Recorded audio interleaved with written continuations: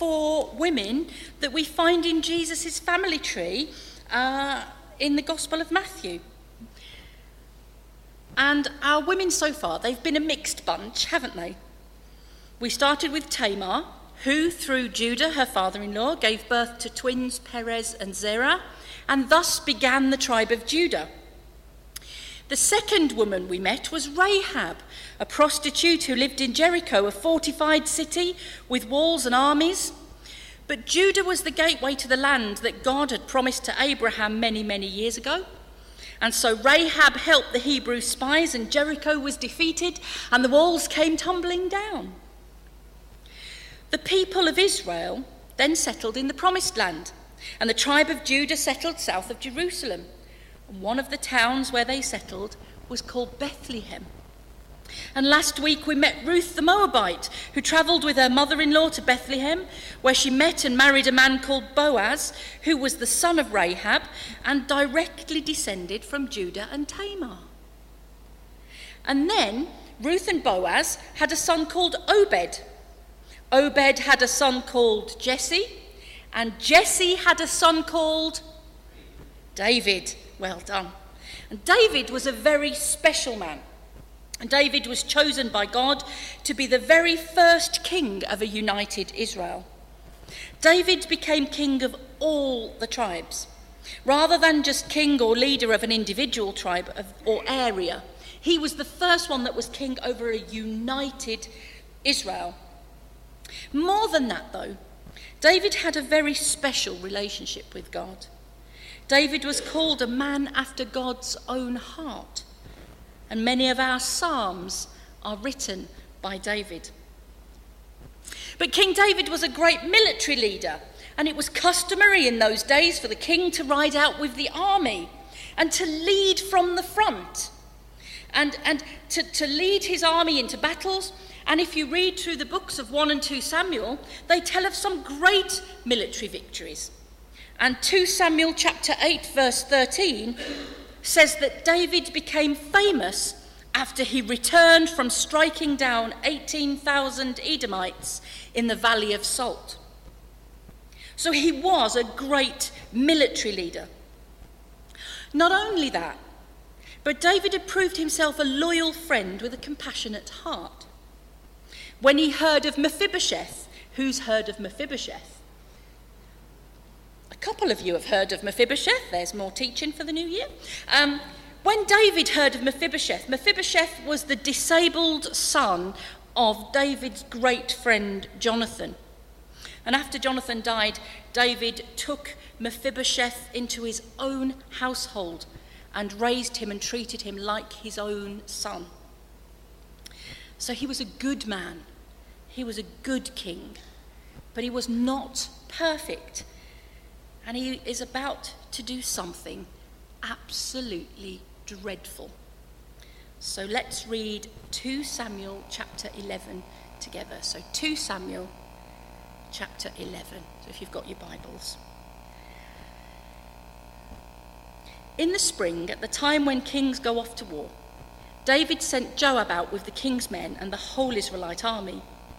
They destroyed the Ammonites and besieged Rabbah, but David remained in Jerusalem. One evening, David got up from his bed and walked around on the roof of the palace. From the roof, he saw a woman washing. The woman was very beautiful, and David sent someone to find out about her. The man said, "She is Bathsheba, the daughter of Eliam and the wife of Uriah the Hittite." Then David sent messengers to get her. She came to him, and he slept with her. Now she was purifying herself from her monthly uncleanness. Then she went back home. The woman conceived and sent word to David, saying, "I am pregnant." So David sent this word to Joab, "Send me Uriah the Hittite." And Joab sent him to David. When Uriah came to him, David asked him how Joab was, how the soldiers were, and how the war was going. Then David said to Uriah, "Go down to your house and wash your feet."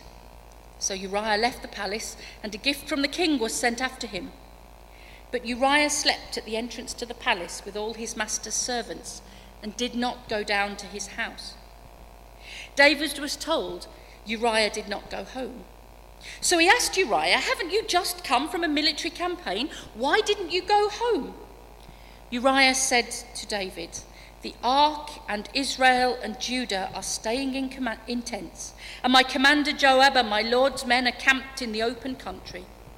How could I go to my house and eat and drink and make love to my wife? As surely as you live, I will not do such a thing." Then David said to him, "Stay here one more day, and tomorrow I will send you back." So Uriah remained in Jerusalem that day and the next. At David's invitation, he ate and drank with him, and David made him drunk.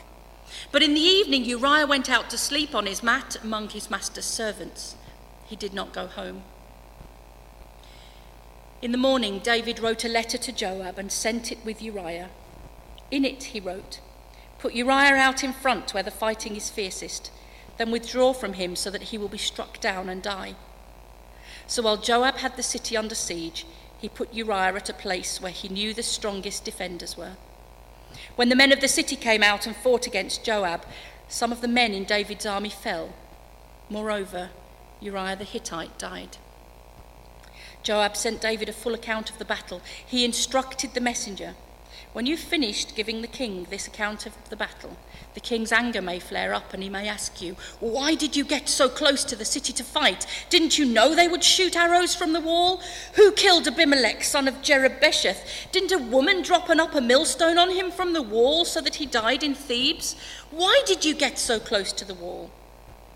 If he asks you this, then say to him, 'Moreover, your servant Uriah the Hittite is dead.'" The messenger set out, and when he arrived, he told David everything Joab had sent him to say. The messenger said to David, "The men overpowered us and came out against us in the open, but we drove them back to the entrance of the city gate. Then the archers shot arrows at your servants from the wall, and some of the king's men died. Moreover, your servant Uriah the Hittite is dead." David told the messenger, "Say this to Joab.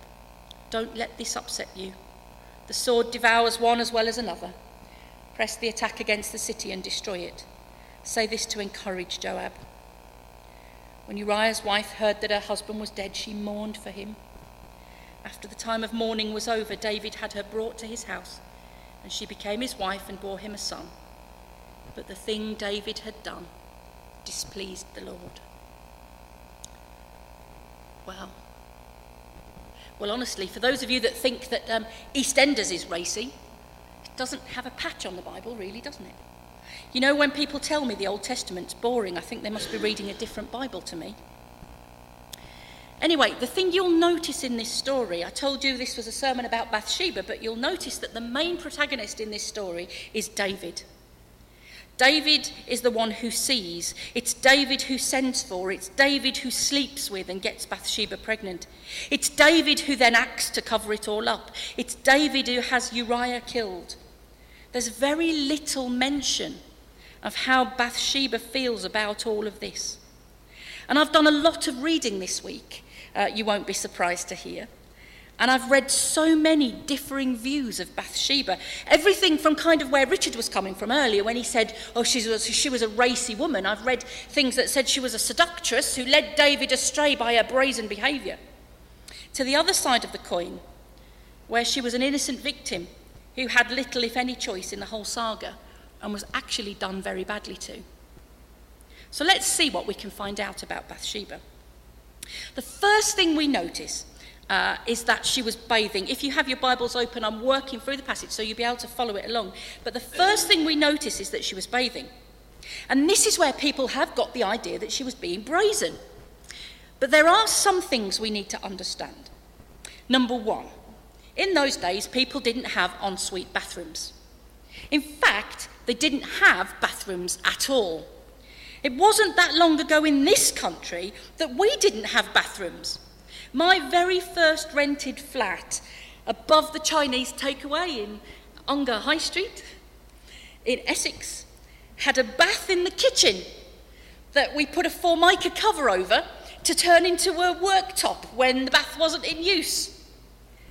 In Bible times, people would have washed at the well or at the stream or the river or somewhere like that. It would have been a public, shared place.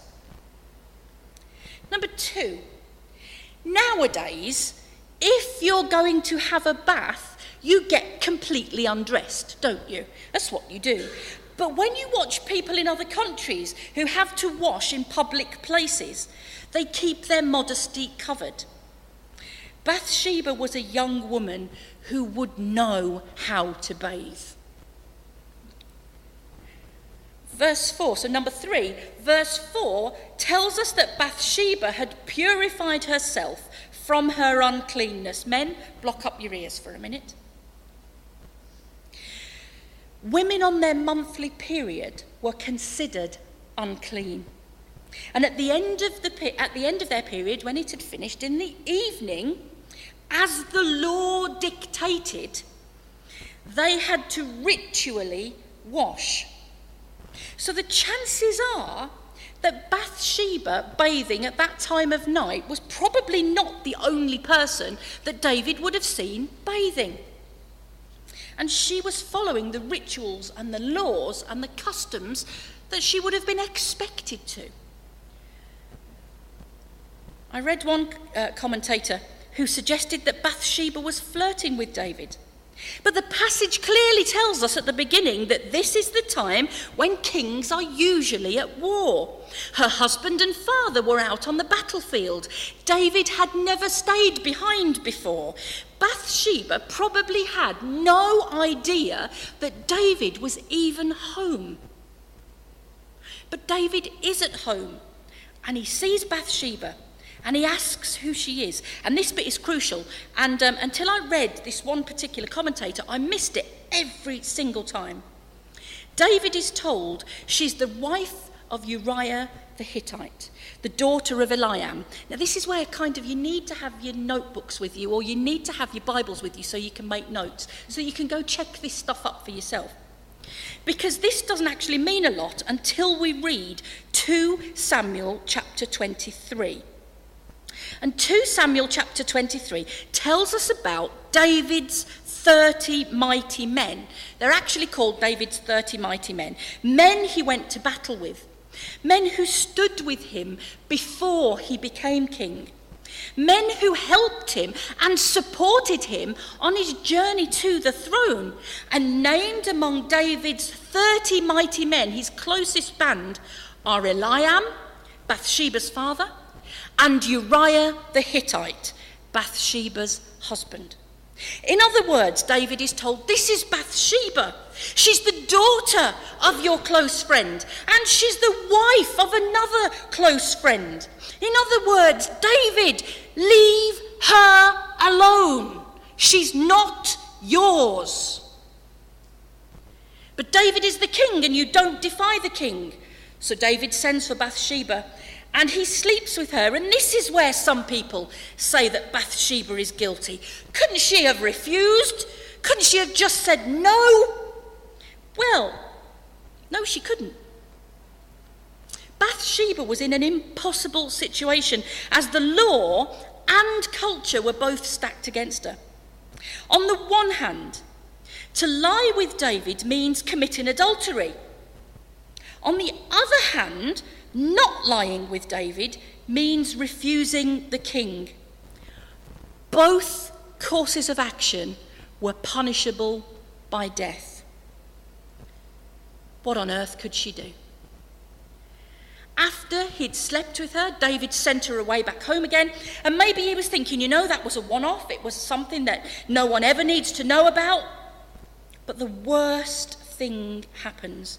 Bathsheba is pregnant, and now her life and his reputation are in danger. If it becomes known that she's pregnant while her husband has been at war, she'll be found guilty of adultery and will be stoned to death. So David plots a scheme to take the heat off. He sends for Uriah the Hittite, Bathsheba's husband, and he thinks, if Uriah can go home and sleep with his wife, then the child can be passed off as theirs. Problem solved. But Uriah is a good man, a righteous man, and he doesn't go home. And he sleeps at the entrance to David's home with the king's servants. And so David tries again. He gets Uriah drunk this time so that he'll go home. But again, Uriah sleeps in the entranceway with the servants. So David arranges to have Uriah killed. This man after God's own heart puts Uriah's death sentence into his own hand to deliver to the general. And Uriah is put right at the front where the fighting is fiercest, and he and other men are killed. There's more than one wife who is mourning that evening. And we're told that Bathsheba mourns the loss of her husband. And then David takes Bathsheba back to his home, and she becomes his wife, and she gives birth to a son. But we're clearly told that God is displeased with David. And so, if we were to carry on reading the story through 2 Samuel, what we find is that God then sends a prophet to see David, a man called Nathan, and the prophet Nathan tells David this story. He says this, he said, there were 2 men in the same city, one rich, the other poor. The rich man had huge flocks of sheep, herds of cattle. The poor man had nothing but one little female lamb, which he had brought and raised.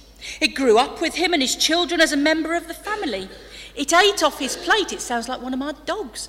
It ate off his plate and drank from his cup. That's definitely one of my dogs when I'm not looking. And slept on his bed. It was like a daughter to him. One day a traveller dropped in on the rich man. He was too stingy to take an animal from his own herds or flocks to make a meal for his visitor. So he took the poor man's lamb and prepared a meal to set before his guest. David exploded in anger. As surely as God lives, he said to Nathan, the man who did this ought to be lynched. He must repay for the lamb 4 times over for his crime and his stinginess. You're the man, says Nathan. And David is devastated. But look again how God portrays Bathsheba in this story as a little lamb. Again, a picture of innocence. God in no way holds Bathsheba responsible for the things that have been done to her. And if you have been through dreadful things this morning, you need to hear this. God does not hold you responsible for the things that have been done to you. It's not your fault.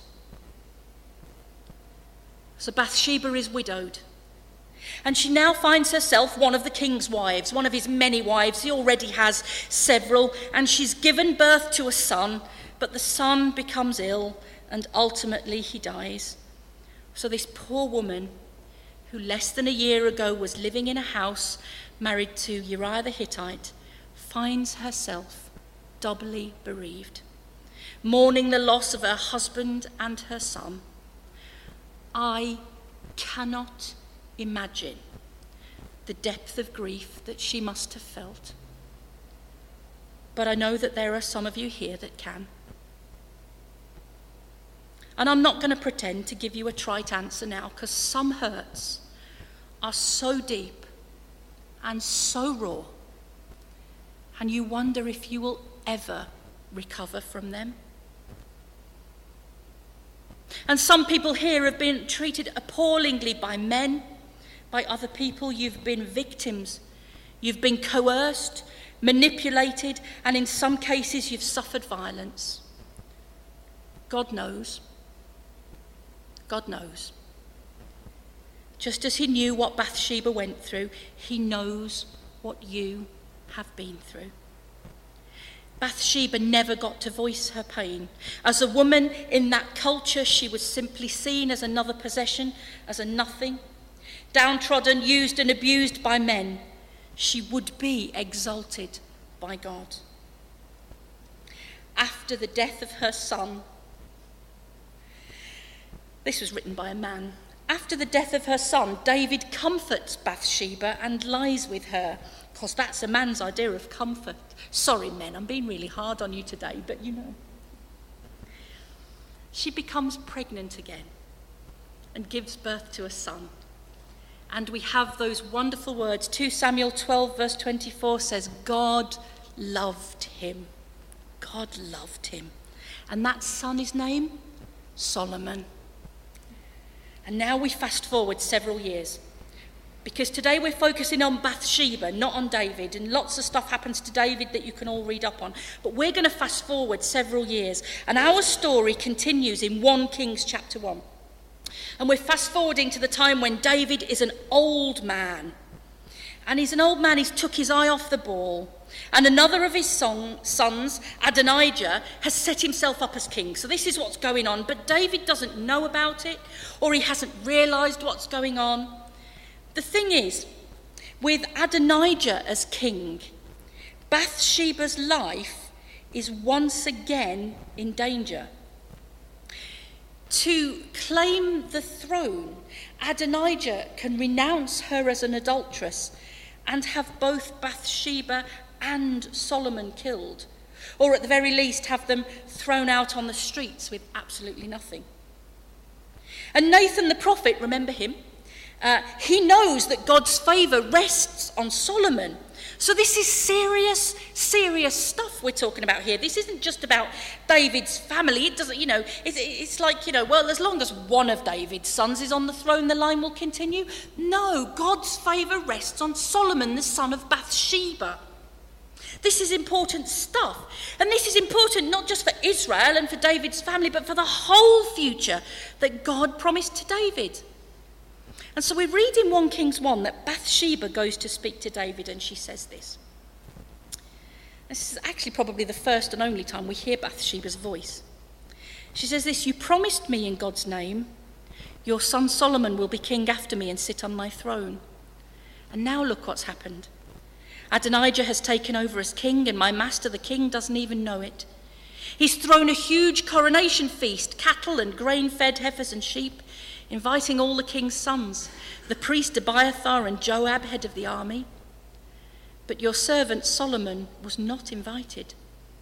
My master the king, every eye in Israel is watching you to see what you will do, to see who will sit on the throne of my master the king after him.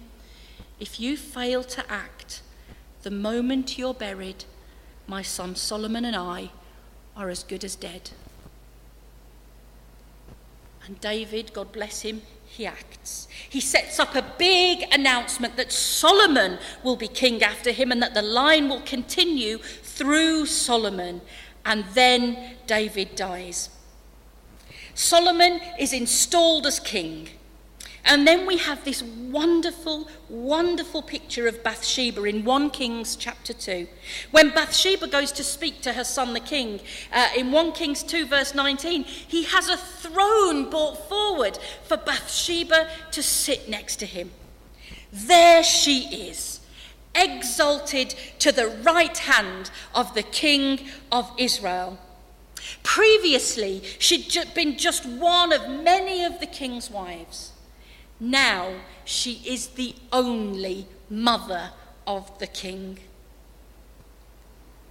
I think that's a wonderful picture, a wonderful place to see Bathsheba. It's a wonderful picture of a woman who endured some terrible, heartbreaking things in her lifetime. But we saw her ultimately honoured on earth. And God honoured her too. It's through her son Solomon that the lineage continues and the house of David is secure right the way through to Jesus.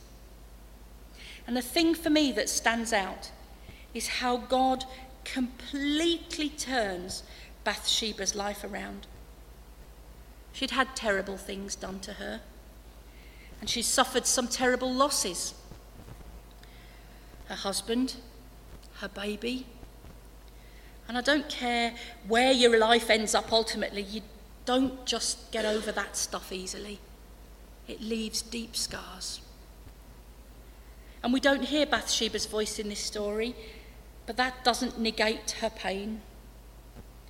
And you know what? Some of you here have never voiced what you've been through.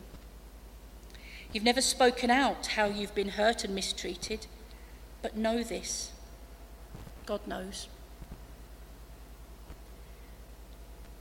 Your pain might be silent, but God knows it. And God will restore you, and God will exalt you. God will build you up where you've been knocked down, where you've been battered and bruised. He will heal you.